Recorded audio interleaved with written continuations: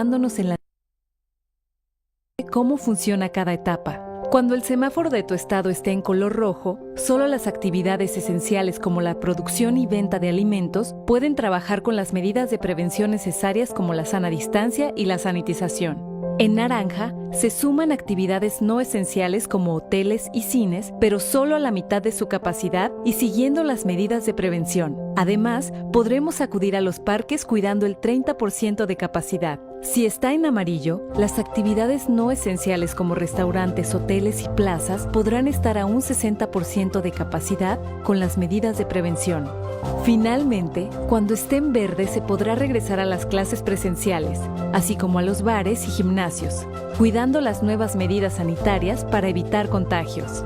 Para mayor información visita coronavirus.gov.mx. Juntos saldremos adelante.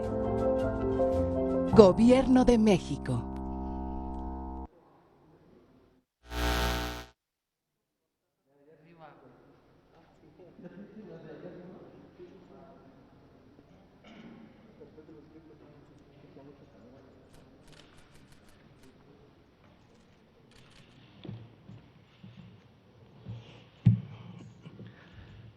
Buenas tardes. ¿Qué tal? Muy buenas tardes con todas y con todos aquí de manera física, así como las personas que nos hacen el favor de sintonizarnos a través de los diferentes medios. Son exactamente las 7 de la tarde, 19 horas de este 12 de septiembre. Estamos en la Ciudad de México, en el Palacio Nacional, desde donde se transmiten de manera continua la mayoría de las conferencias vespertinas.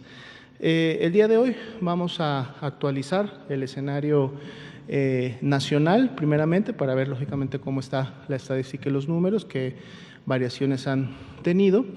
De manera continua vamos a rápidamente revisar entidades federativas que tienen ya varias semanas con su curva epidémica en descenso.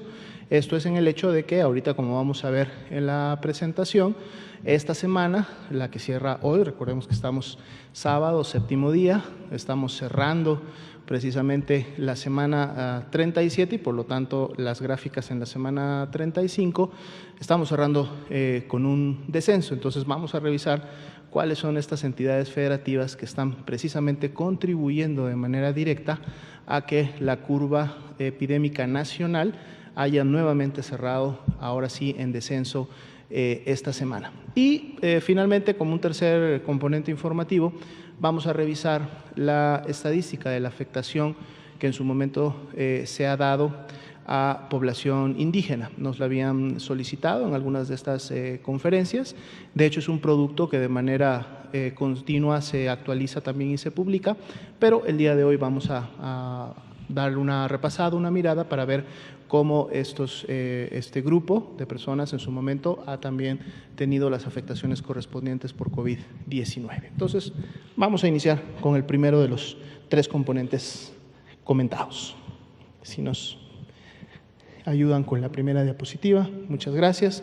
Entonces, estamos en la conferencia vespertina número 197, acercándonos cada vez más a las 200 conferencias. Ya estaríamos cumpliendo precisamente en el cierre de esta semana 3 meses y medio, si lo vemos en número de semanas, lógicamente, de la nueva normalidad, que como hemos venido comentando prácticamente en todas las conferencias, decimos nueva normalidad porque es precisamente un escenario en el cual como población, pero también como autoridades en los diferentes niveles de gobierno, tenemos que adecuar nuestras actividades, tenemos que adecuar nuestros hábitos y lo que hacemos en el día a día para, de manera paulatina y ordenada, poder regresar nuevamente a la reactivación de la economía en la población.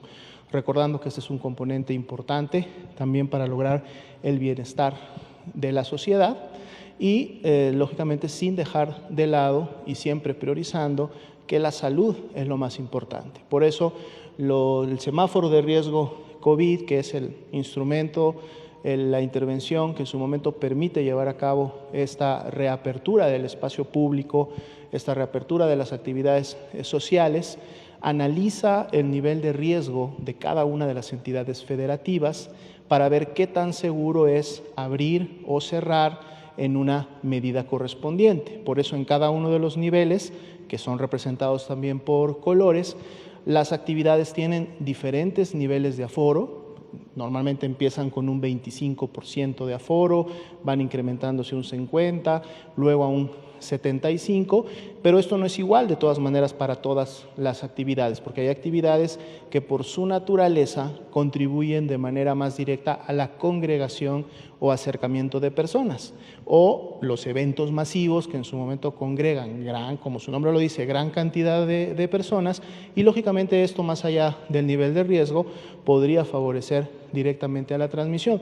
De ahí el llamado que hacemos siempre a la población que, independientemente del nivel de riesgo en el que se encuentren, estén siempre atentos, alertas y atiendan las recomendaciones que en el nivel local les realizan en sus estados, en sus municipios, porque ellos son los que mejor conocen la dinámica social, ellos son los que mejor conocen cuáles son las actividades económicas en su momento que deben de poder reactivarse, y entonces, por lo tanto, emiten recomendaciones e implementan acciones en beneficio de salvaguardar la salud, pero siempre teniendo en cuenta que hay que empezar a reabrir el espacio público. Entonces, siempre hacemos este llamado, muy atentos de esas actividades y prestando atención, recordando que precisamente el próximo lunes entrará en vigor el nuevo semáforo de riesgo que se publicó el día de ayer, y tenemos algunas entidades que en su momento estuvieron en color de riesgo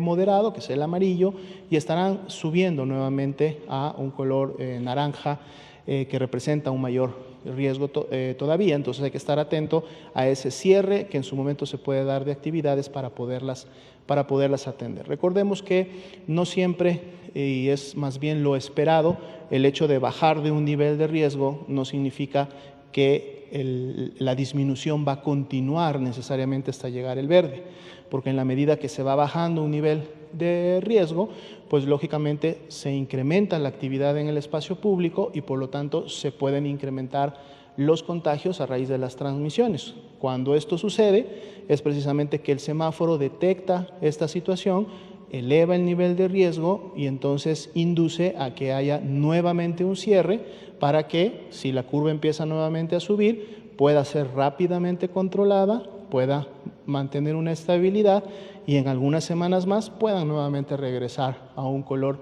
de menor riesgo. Pero para que esto suceda, se requiere que la población, de la mano de cada una de las autoridades, implementen de manera puntual y efectiva las acciones. Bien, pasemos a revisar el escenario nacional, si nos permiten la siguiente diapositiva.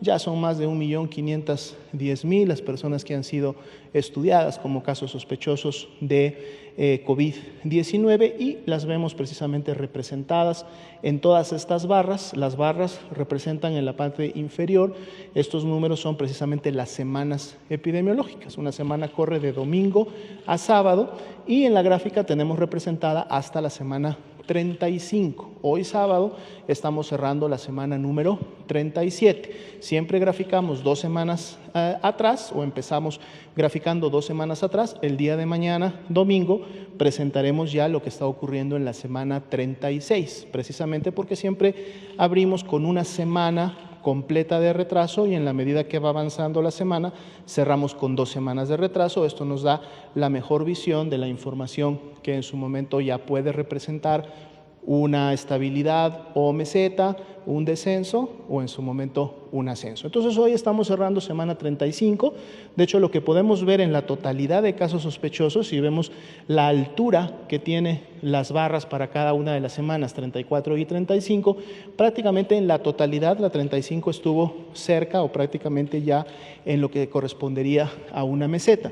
Sin embargo, no todas las personas que desarrollan signos y síntomas necesariamente tienen virus SARS-CoV-2 en sus vías respiratorias y por lo tanto COVID-19. Es por eso que graficamos aquí las personas que ya salieron negativas, 50% de ellas ya son negativas, están en las barras de color morada y las personas que dieron positivo a la prueba, que para el día de hoy se actualiza, son 663.973, están precisamente graficadas en la barra de color café claro, y es ahí donde entonces sí tenemos o vemos el descenso con el cual estamos cerrando esta semana. 42% el porcentaje de positividad, con eso estaríamos cerrando semana 35, vienen a ser 2 puntos porcentuales menos con lo que cerramos la semana pasada en 44, y mañana domingo también estaremos viendo con qué porcentaje de positividad abrimos la 36. Veamos la siguiente diapositiva. Aquí precisamente es donde vamos a poder ver más claramente cuando vemos la curva epidémica de casos estimados, recordando que les decimos estimados a todos los casos confirmados, a los cuales además les sumamos todos aquellos que aún tienen un resultado pendiente o positivo, de emitir un resultado como tal, pero multiplicado por el porcentaje de positividad de cada una de las semanas. Por eso aquí los casos estimados se acercan ya prácticamente a los 700,000 casos a nivel nacional.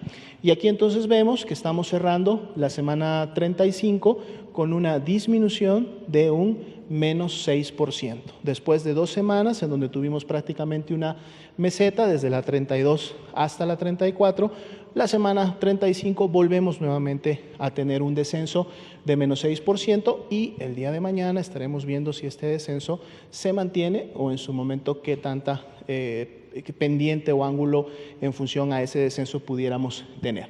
Las defunciones cierran también la semana con un menos 34% para el último comparativo, y esto mantiene esa tendencia descendente que veíamos ya en la ocurrencia de las defunciones desde la semana número 30, es decir, se ha mantenido, no ha entrado en meseta y felizmente continúan disminuyendo. Los casos activos también 6%, son las personas con inicio de signos y síntomas en las últimas 2 semanas, por lo tanto representan a la epidemia activa en México, es decir, más allá de estos casi 700,000 personas que estimamos han tenido COVID-19, son casos confirmados por laboratorio, solo el 6% son los casos o las personas que han enfermado en las últimas 2 semanas.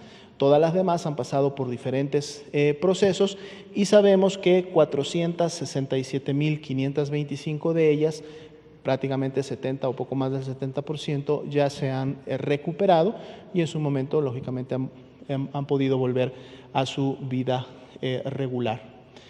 Veamos la siguiente diapositiva. La ocupación hospitalaria rápidamente no ha tenido prácticamente modificaciones, 31% el de las camas general, todas las entidades federativas con disponibilidad de camas, 44% el que menos disponibilidad tiene, lo cual es bueno porque prácticamente la mitad de sus camas está disponible para poder recibir a este tipo de pacientes. Si vemos la siguiente diapositiva, son las camas con ventilador para los pacientes críticos, 27%. Hemos visto cómo este porcentaje en el caso de las camas con ventilador también ha disminuido de manera importante en las últimas semanas, y aquí todos los estados tienen al menos 55% o más de disponibilidad de este tipo de camas, lo cual los mantiene listos y preparados para, en caso de algún rebrote regional, de algún incremento por el tema o secundario precisamente a la reapertura de lo que puede significar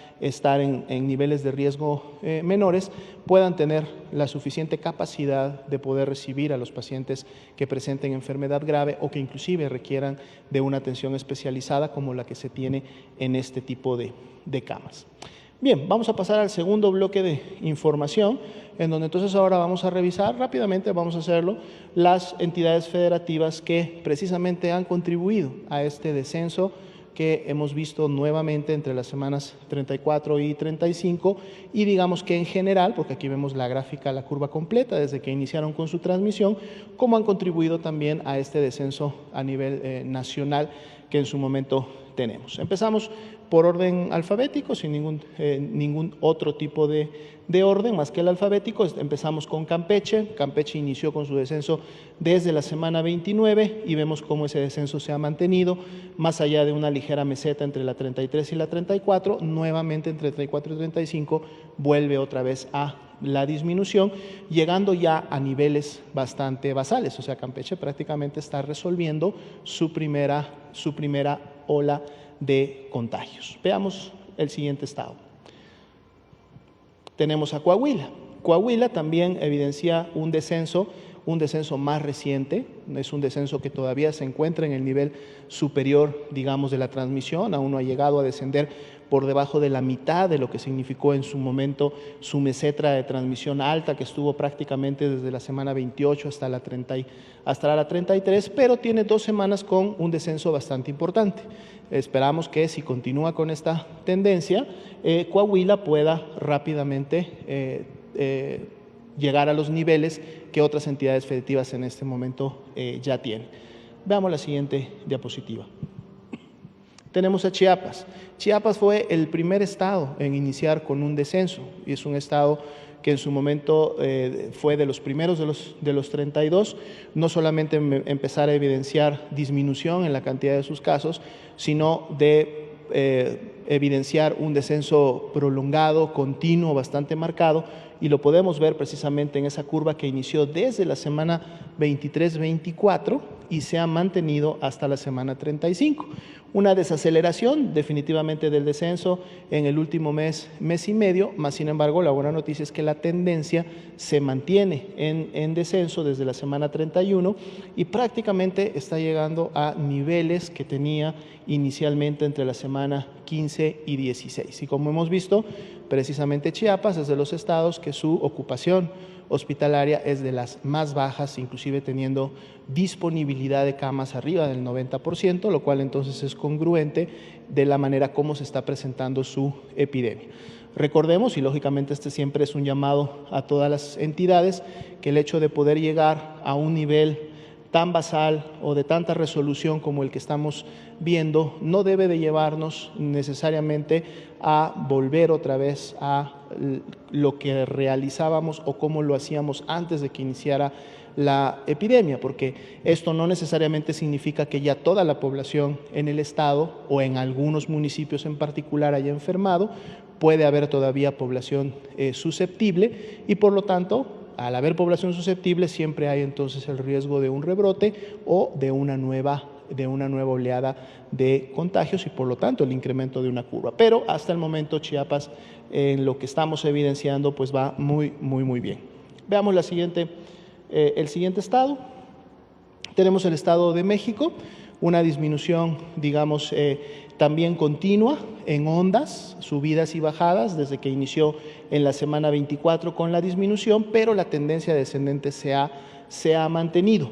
Aún no ha llegado, digamos, que a la mitad de la totalidad de los casos que en un momento determinado tuvo ese pico en la semana 23, pero está muy cerca y si continúa con esta tendencia, el Estado de México de seguro va a poder empezar a resolver el tema de la epidemia. Lo está haciendo de una manera bastante escalonada, en una diagonal, digamos, lo que en su momento entonces nos revela, y en base también a la escala de casos, que hay personas que están contagiando, pero que también están resolviendo, y por lo tanto eso nos deja menos población susceptible.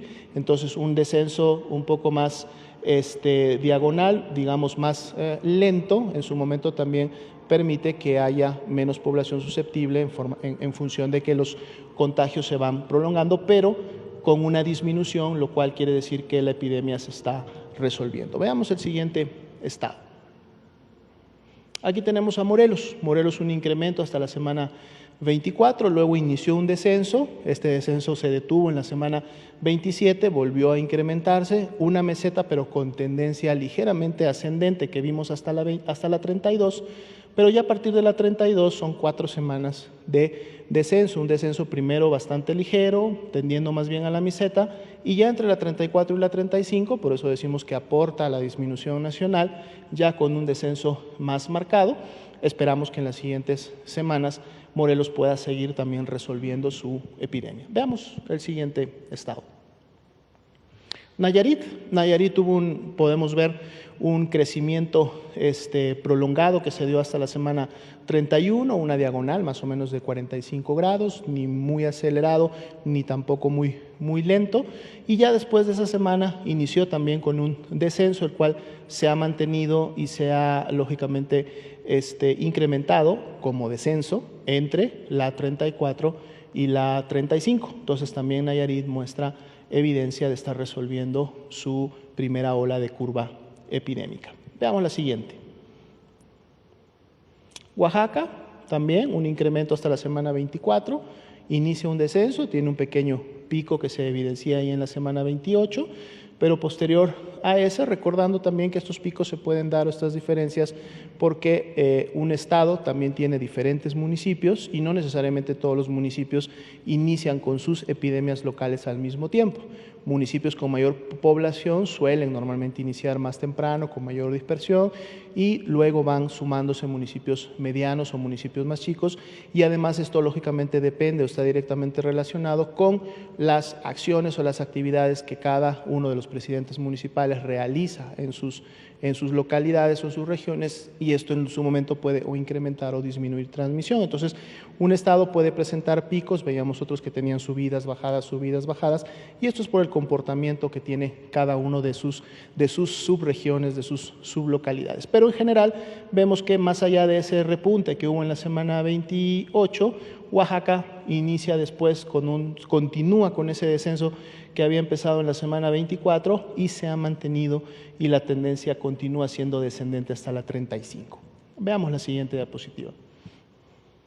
Puebla, una imagen digamos bastante similar a la anterior, un pico importante o el primero en la semana 25-26, inicia un descenso, parece que nuevamente quería iniciar la posibilidad de un rebrote en el estado entre la 27 y la 30, pero ya a partir de la 31 toda la carga de enfermedad se ha ido hacia abajo, son mucho menos los casos y prácticamente están ya en la mitad de lo que en su momento representó la mayor carga de enfermedad que tuvieron.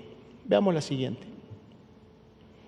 Aquí también está Quintana Roo. Quintana Roo también, lo hemos mencionado muchas veces, una epidemia bastante controlada hasta la semana 23, luego una aceleración rápida que llegó hasta la semana 29, pero ya a partir de la semana 30 también con una desaceleración y una disminución importante, que aunque evidencia una meseta que va entre la 33 y la 35, es una meseta con tendencia descendente. Esperemos que en las siguientes semanas esta nuevamente vuelva a retomar el camino hacia abajo y podamos ver cómo Quintana Roo continúa resolviendo su transmisión y su epidemia. Veamos la siguiente.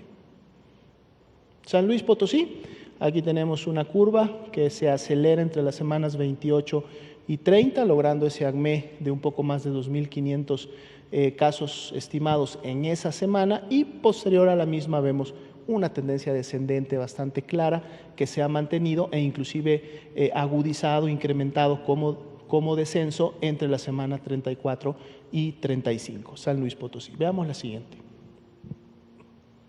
Sinaloa fue uno de los primeros estados también que inició con un descenso, vemos que desde la semana 24 ya lo presentó. Otra vez vemos esta imagen que hemos visto en muchos estados de ondas o subidas y bajadas, por lo mismo que acabamos de comentar, las diferencias que hay en los municipios de cada entidad federativa, pero en lo general con esta tendencia descendente que continúa y se ha mantenido hasta la semana 35. Vamos a seguir o continuar viendo cómo se desenvuelve el estado de Sinaloa. Veamos la siguiente. Sonora, igualmente. Aquí Sonora vemos es uno de los estados que ha presentado desde la semana 27 prácticamente una caída, es una tendencia descendente muy marcada hasta la semana 30, prácticamente en solo 3 semanas tuvieron una disminución que los llevó a la mitad de lo que fue en su momento su mayor pico, su ACME. Posterior a eso vino una meseta, pero posterior a la meseta continuó semana con semana hasta la 35 una tendencia descendente. Sonora también se caracteriza por ser uno de los estados con las menores cargas de ocupación hospitalaria, que es congruente con lo que estamos también viendo en su curva de casos. Veamos la siguiente. Tabasco también, un ascenso en diagonal, ni tan acelerado ni tan lento, llega a un pico en la semana 30 aproximadamente y posterior a esa un descenso bastante marcado. No hay dudas que Tabasco está disminuyendo su carga de casos y la tendencia desde la 33 hasta la 35 es bastante marcada, la cual pone a Tabasco en una posibilidad de resolver su epidemia en las siguientes semanas. Veamos la siguiente. Tamaulipas, una curva bastante similar a la que acabamos de ver, también un incremento hasta las semanas 29 y 30 y posterior a esa un descenso importante, un descenso marcado que se ha mantenido, queriendo hacer una ligera meseta entre la 34 y la 35. Esperemos que en las siguientes semanas esta curva en Tamaulipas pueda continuar todavía disminuyendo. Veamos la siguiente. Tlaxcala también llegó a su pico máximo en la semana 29, tuvo una disminución y luego un ligero incremento en la 31, prácticamente similar al que ya tenían, pero a partir ya de la semana 31-32 inician con su descenso y veamos cómo el que ha ocurrido entre la semana 34 y 35 es bastante marcado, lo cual les da una buena tendencia de en su momento poder continuar con esta disminución. Tlaxcala entonces también contribuyendo al descenso del escenario nacional. Veamos la siguiente. Veracruz, similar a algunas curvas anteriores, llegan a ese pico máximo entre las semanas 29 y 30 y posteriormente inician un descenso, marcado en este caso hasta la semana 32, disminuye la aceleración, digamos, o la desaceleración, mejor dicho, del descenso, más sin embargo la tendencia es todavía hacia abajo y se ha mantenido hasta la semana 35. Veamos la siguiente. Finalmente, Zacatecas también es un estado que en su momento estuvo teniendo una presentación importante de casos. Si recuerdan, prácticamente todos los estados iniciaban con un descenso en las semanas 29-30. Zacatecas todavía tuvo el pico hasta la semana 32 prácticamente, luego viene un ligero descenso, una meseta y al menos vemos ya en la última semana, entre la 34 y la 35, una tendencia bastante marcada de ese descenso.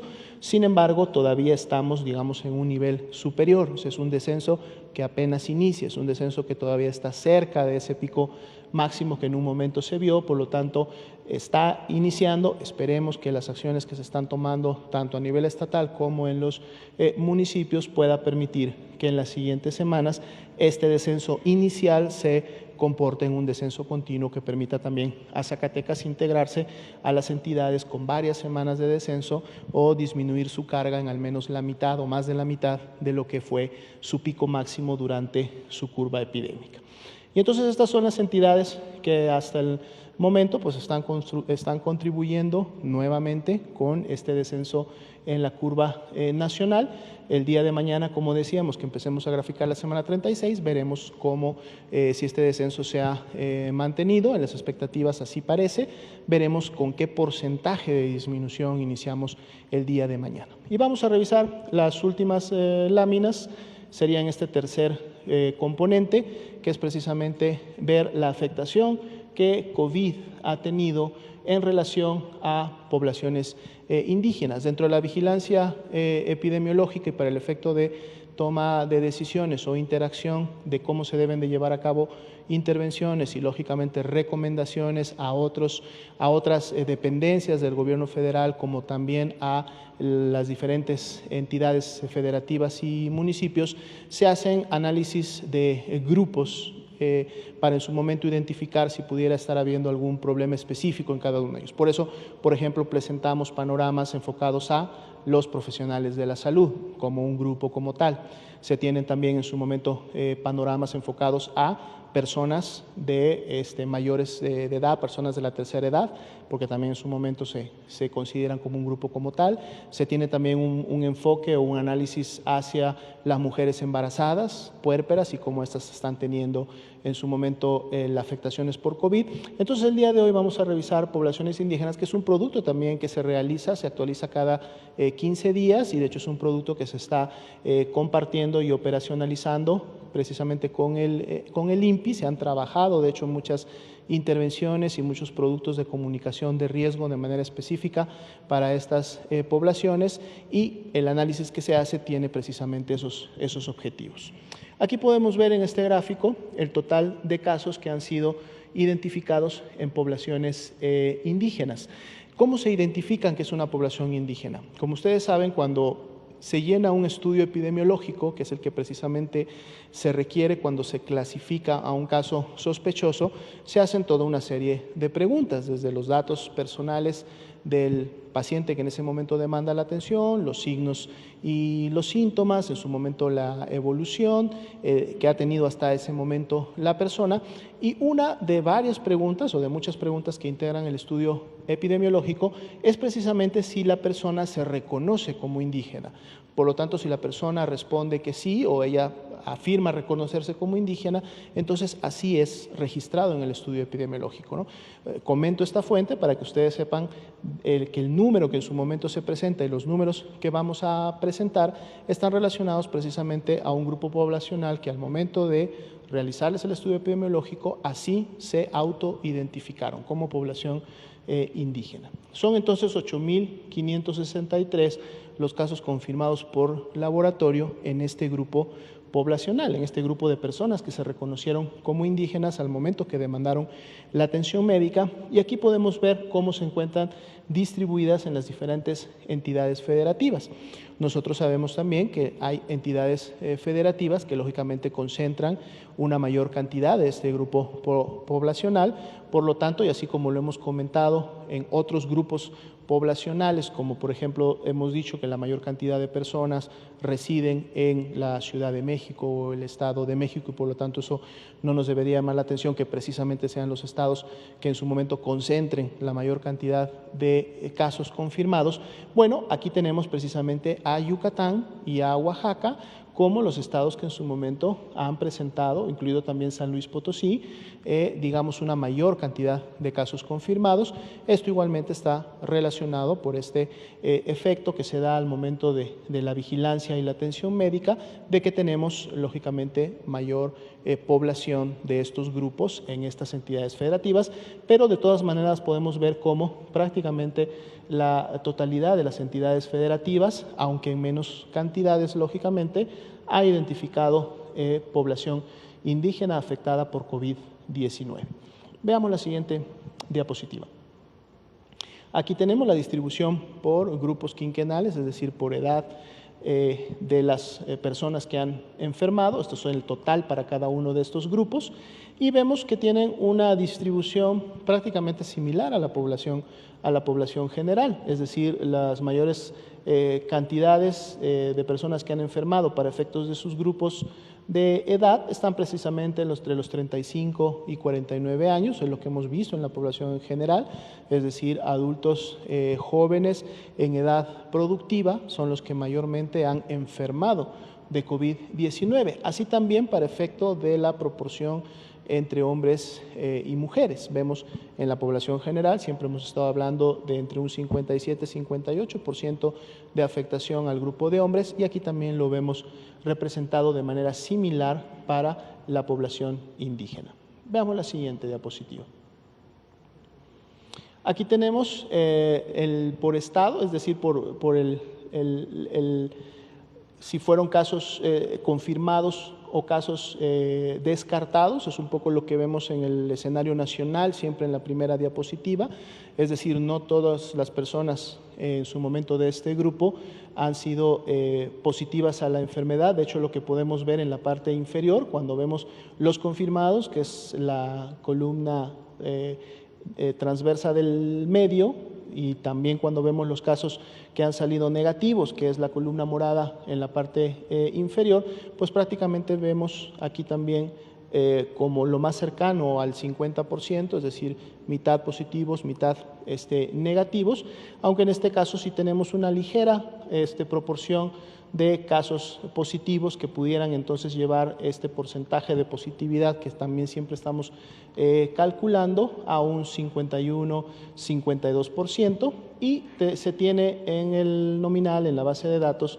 726 personas que todavía no tienen un resultado de laboratorio, pero podemos ver que este es un número bastante bajo en relación a todas las personas que ya han podido ser emitido un resultado de laboratorio y de los cuales se desprenden los 8.563 que conocemos como casos confirmados. Veamos la siguiente diapositiva.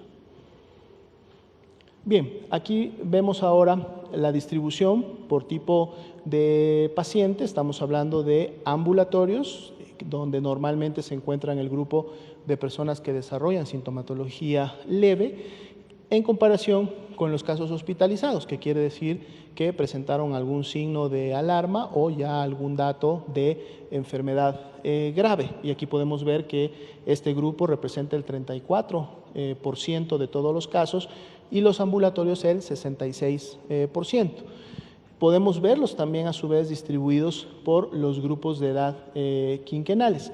Y entonces aquí podemos ver un poco esta diferencia, más allá de cuáles son los grupos en totalidad, como ya los vimos en diapositiva previa, de que fueron afectados. Aquí podemos ver que los casos ambulatorios precisamente representan, o en su gran mayoría están en estos adultos jóvenes en edad de trabajo, en edad de ocupación, son la gran cantidad, pero cuando vemos los casos hospitalizados vemos como las barras de color rojo oscuro se desplazan hacia la derecha, lo cual también es una situación que hemos estado viendo en la población general, en donde cuando vemos al incremento de mayor edad, y sabiendo que los mayores de 60 años tienen mayor riesgo precisamente de padecer enfermedad grave, pues entonces justo vemos que las mayores barras que concentran estos casos están precisamente en las edades de 55, de 60 a 64, de 65 a 69, para efectos también de esta población. Entonces vemos de alguna manera que esta afectación para efectos del grupo de edad la vemos también presente, más sin embargo de manera similar a la población general. Veamos la siguiente. Aquí tenemos el grupo de lamentables defunciones. También en la población indígena han ocurrido defunciones, son 1.249 las que se han confirmado hasta el momento con una prueba positiva virus SARS-CoV-2, y también podemos identificar y encontrar toda la distribución que se da en cada una de las entidades federativas. Tenemos a Yucatán y a Oaxaca encabezando la mayor cantidad de defunciones ocurridas. Veamos la siguiente, es ya la penúltima. Aquí tenemos la distribución por grupo de edad quinquenal, precisamente del total de las defunciones, y volvemos a ver nuevamente lo que ya hemos evidenciado también en la población general, en la medida que se va incrementando la edad, sobre todo a partir de los 60 años en adelante, o entre los 60 y 69, es donde encontraríamos las mayores alturas de estas barras que en su momento representan y concentran a la población, en este caso indígena, para estos grupos de edad, no así en las poblaciones más jóvenes. 65%, que es también algo que hemos visto en la población general, que la mayor cantidad de defunciones han sido hombres. Aquí también lo volvemos nuevamente a ver, 65% de las lamentables defunciones hasta el momento han sido también hombres. Veamos la siguiente, me parece que es ya la última. Y lo que vemos es precisamente también la comorbilidad o factores de riesgo que en su momento están presentes en esta población. Vean ustedes cómo las tres primeras que en su momento se encuentran en la población en general también están asociadas con un porcentaje importante o elevado en estas poblaciones. Sin embargo, aquí destacamos que más bien las comorbilidades como hipertensión y diabetes son las que están a la cabeza, sabiendo que la obesidad y el sobrepeso son las que han tenido primeros lugares en la población en general. Aquí está en un tercer lugar con un 26%, siendo la hipertensión y la diabetes nuevamente las dos principales comorbilidades, por lo menos que se han encontrado asociadas en frecuencia a la totalidad de las defunciones. Sin embargo, vemos también, y en porcentajes bastante similares a los de la población en general, que también está el EPOC, está el tabaquismo, la insuficiencia renal crónica, la enfermedad cardiovascular, el asma, la inmunosupresión, y prácticamente aquí sí no se ha identificado, es decir, no ha llegado al 1%, aunque sí ha habido defunciones asociadas a VIH-Sida, pero de seguro están entre el 0.4, 0.5, por eso no llegan a representar aunque sea 1%, pero sí están presentes en estas 1.249 defunciones hasta el momento ocurridas. Me parece que es la última, ¿verdad? Muy bien. Pues bueno, esto sería entonces la actualización. Recordar que esta información se está publicando con una frecuencia de cada 15 días, esta específicamente, en las páginas oficiales de la Secretaría de Salud, a través de las cuales entonces podemos en su momento también pues tener actualizaciones más adelante, más allá de que estemos retomando el tema y la estadística para volverlas a presentar en futuras conferencias vespertinas. Bien, tenemos 21 minutos para poder atender preguntas y respuestas. Empezamos por aquí, por acá, y usted también, por favor. Buenas noches, doctora Lomía. Ángel Juan Sánchez del Arsenal.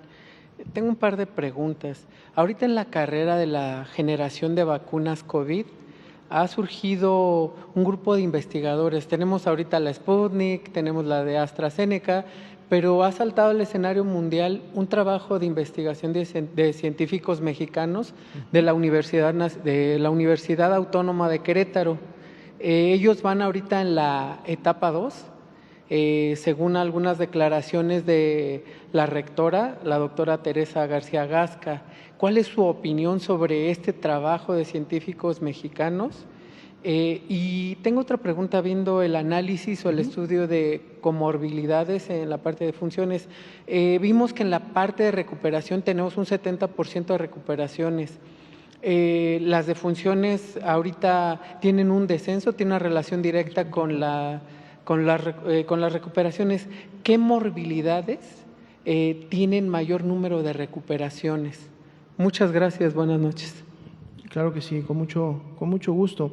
No, definitivamente creo que para todos es un orgullo, y por lo mismo merecen también un reconocimiento los científicos mexicanos que también están involucrados en el desarrollo de una vacuna.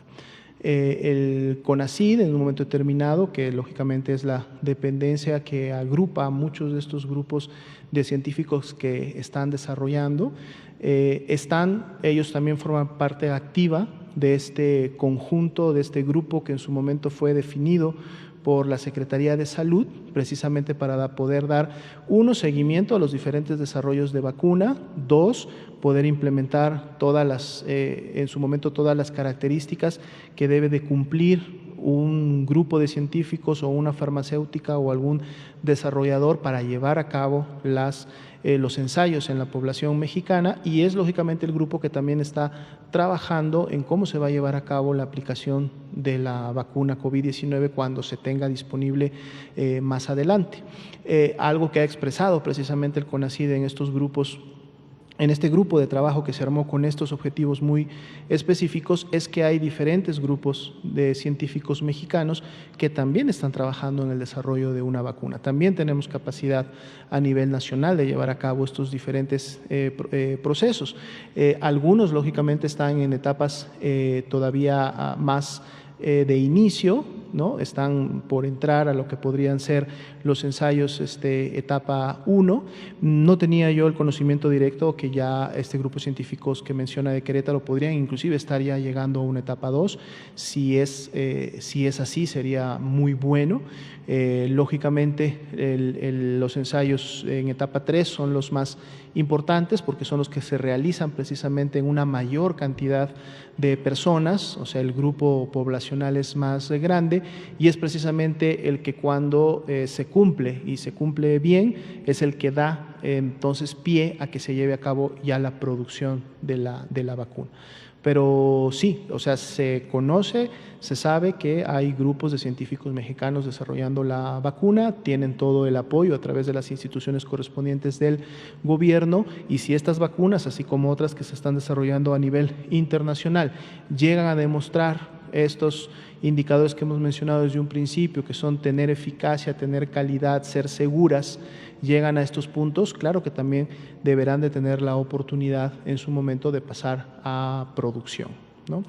En relación a las comorbilidades y en su momento de las defunciones, pues bueno, nosotros lo que hemos visto siempre en la población general hasta el momento y desde que inició la epidemia, y era algo de alguna manera también esperado, por eso son grupos que se incluyeron de manera muy temprana en las poblaciones vulnerables y que por lo tanto necesitaban de protección especial para poder evitar el contagio y por lo tanto enfermarse, era precisamente el grupo de personas con enfermedades crónico-degenerativas, de las cuales además sabemos en México tenemos una epidemia ya de muchos años llevándose a cabo en los temas de diabetes, de hipertensión, de obesidad y sobrepeso. Considerando esta tercera, obesidad, sobrepeso, somos de los países con las mayores prevalencias en el mundo de obesidad y sobrepeso.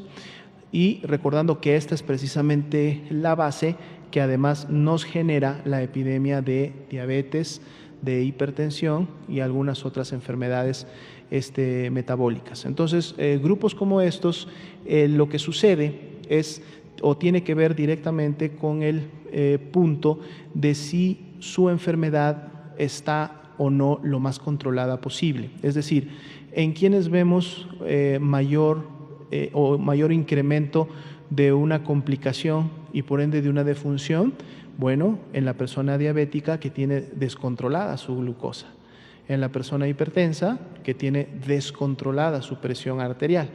Entonces, dentro del grupo de ser o conocerse como hipertenso o como diabético, hay todavía una variable que en su momento podría convertirse también o se convierte en una ventaja cuando así sucede, que es más allá de que sea yo hipertenso o pueda ser diabético, si yo tengo controlada mi enfermedad, si mis niveles de glucosa están por debajo de los niveles máximos, si mi hipertensión arterial está por debajo de los niveles máximos, disminuyo el riesgo de manera considerable.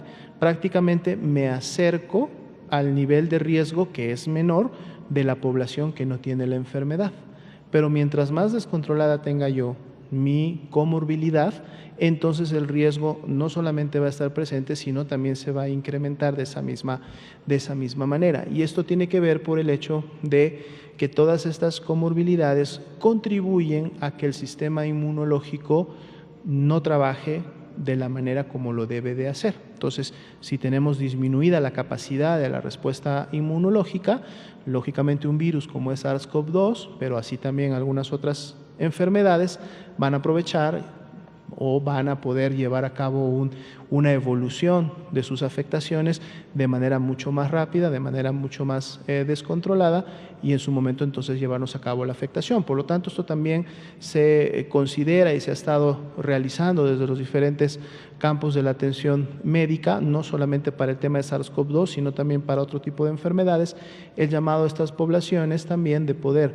mantener su comorbilidad en una fase de control o lo más acercada al control, puede darles el beneficio, aún dentro de la epidemia, de disminuir ese riesgo que ahora vemos representado y ampliamente ligado a las defunciones, ¿no? Muy bien, por favor. Buenas noches, doctora Lomía. Buenas noches. Óscar Sosa, de Red Digital. Vemos que en los países europeos los rebrotes de coronavirus han sido muy diferentes y distintos, aunque los comportamientos sociales son muy parecidos. En México estamos frente a un posible cambio social por las fiestas patrias que se avecinan. ¿Es posible que la Secretaría de Salud haya hecho un análisis para ver si hay un posible aumento, aunque vamos en descenso actualmente, un posible aumento frente a ese comportamiento social que es posible que cambie? Definitivamente sí. Recordemos que una curva epidémica pueda continuar con un descenso en alguno de sus puntos, ya sea de inicio o a la mitad o ya cerca a las líneas basales, que esto pueda continuar, o que en su momento esto produzca una meseta o inclusive pueda llegar a producir un rebrote, es directamente ligado precisamente a la producción de contagios y por lo tanto de más casos.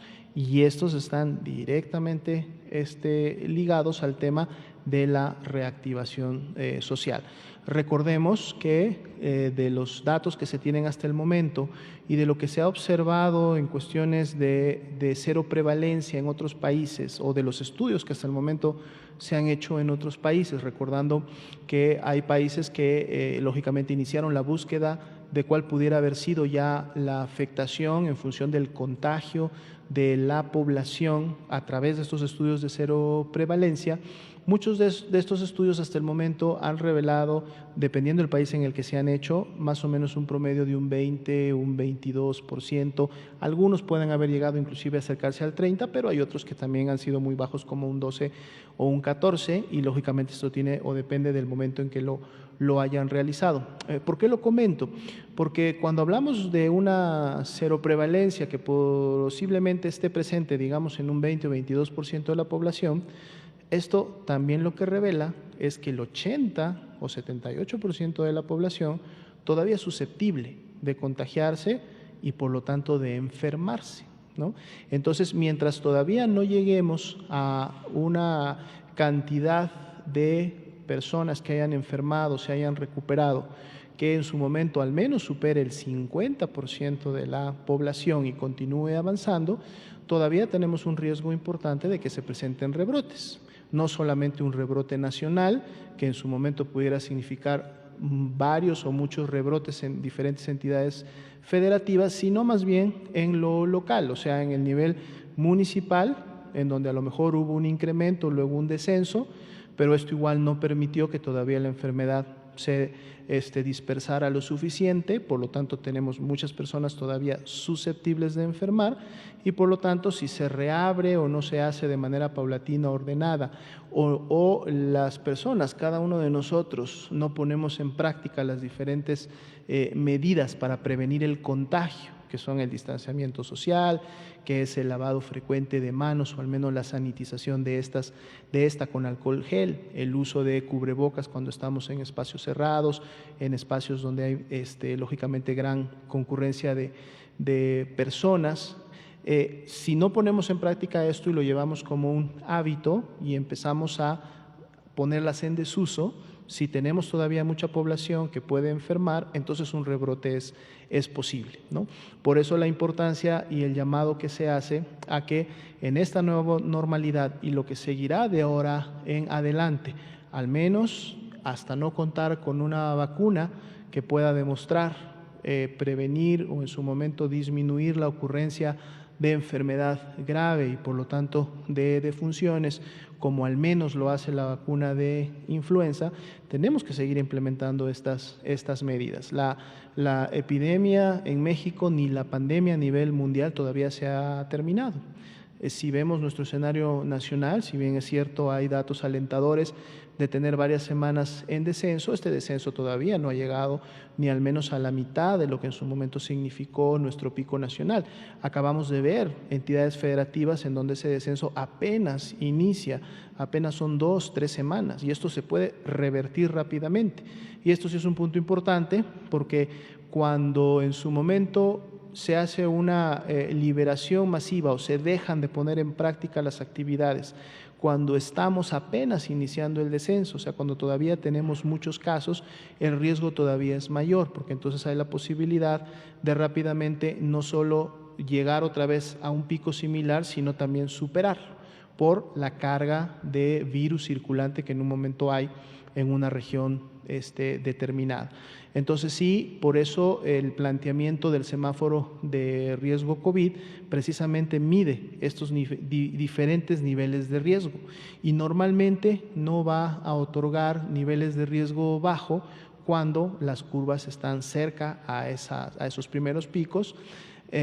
sino que va a mantener un cierre de las actividades públicas, de las actividades sociales, al menos que tengamos ya descensos importantes o se evidencie lógicamente a través de sus múltiples indicadores que las diferentes tendencias apuntan a que estos descensos van a continuar en las siguientes semanas. Entonces, es aprovechar también la pregunta para hacer el llamado a la población de no confiarnos porque nuestro estado se encuentre en naranja o se encuentre en amarillo o seamos residentes de algunas de las entidades federativas que acabamos de presentar el día de hoy que muestran descensos marcados, no debemos de confiarnos y solamente por ese dato, por esa información, dejar de hacer todas las actividades de prevención de contagio que hasta el momento se han implementado. Estas tenemos que convertirlas en hábitos, debemos ya de realizarlas de ahora en adelante, sobre todo si deseamos volver nuevamente a las actividades públicas, sociales,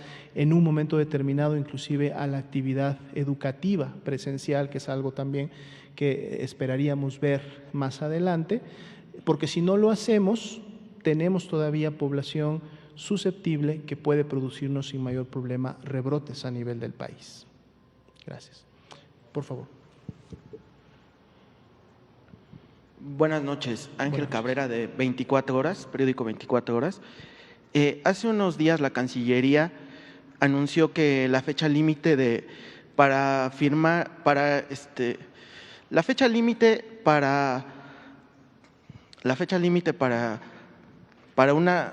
el acuerdo COVAX es el 18 de septiembre. Es correcto.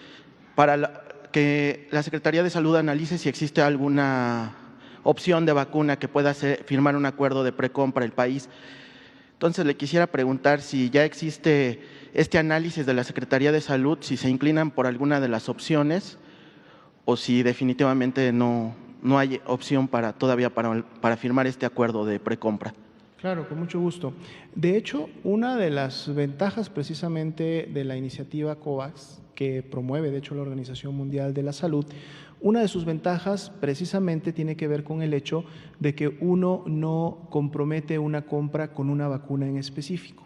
La ventaja de esta plataforma COVAX es que integra en ella todos los desarrollos que hasta el momento se están llevando a cabo de las diferentes vacunas, incluidas estas 6 o 7 que ya están en fase 3, pero así también una gran cantidad que superan prácticamente los 40 desarrollos que se están llevando a cabo en otras áreas que a lo mejor todavía están en fases más tempranas, como sería la 1 o la 2. Porque precisamente uno de los objetivos de esta iniciativa es poder tener el mayor inventario posible de vacuna a nivel mundial para que a través de este instrumento todos los países puedan tener acceso, digamos, un acceso más equitativo, un acceso también basado en análisis que realiza la Organización Mundial de la Salud para que los países subdesarrollados o con menos capacidades financieras puedan también poder adquirir la vacuna. La Organización Mundial de la Salud y organismos financieros internacionales van a apoyar a muchos países que no tienen las capacidades de poder comprar en un momento determinado una cantidad suficiente de vacuna con planes de financiamiento que les permitan tener inclusive acceso. Entonces, la ventaja de COVAX es que COVAX integra todos los desarrollos que se están llevando hasta el momento y los pone a disposición.